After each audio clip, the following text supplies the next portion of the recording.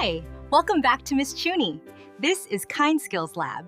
Here, we learn small skills that help us with big feelings. Today, we're talking about common spaces and the playground that everyone shared. One sunny afternoon, Rachel and her class went to the playground during school. There were swings, there was a sandbox, and there were buckets and shovels for building sand castles. Everyone ran to play. Soon the sandbox was full of castles, towers, and little sandy roads.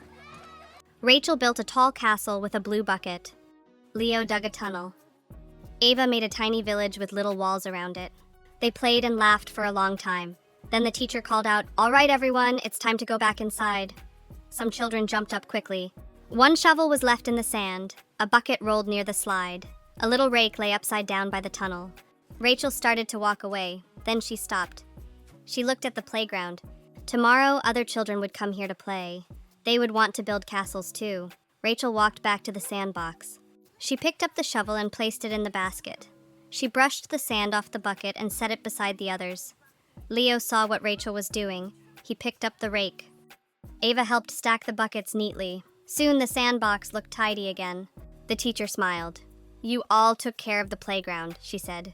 Rachel nodded. "It's for everyone," she said. When they walked back inside, all the kids felt proud. The teacher said, "When we take care of shared spaces, we take care of each other too," and that made everyone happy. Shared places belong to everyone. When we clean up and leave things tidy, we help the next person enjoy them too. I'm Ms Chooni, and this was Kind Skills Lab. Thanks for listening. I'll see you next time.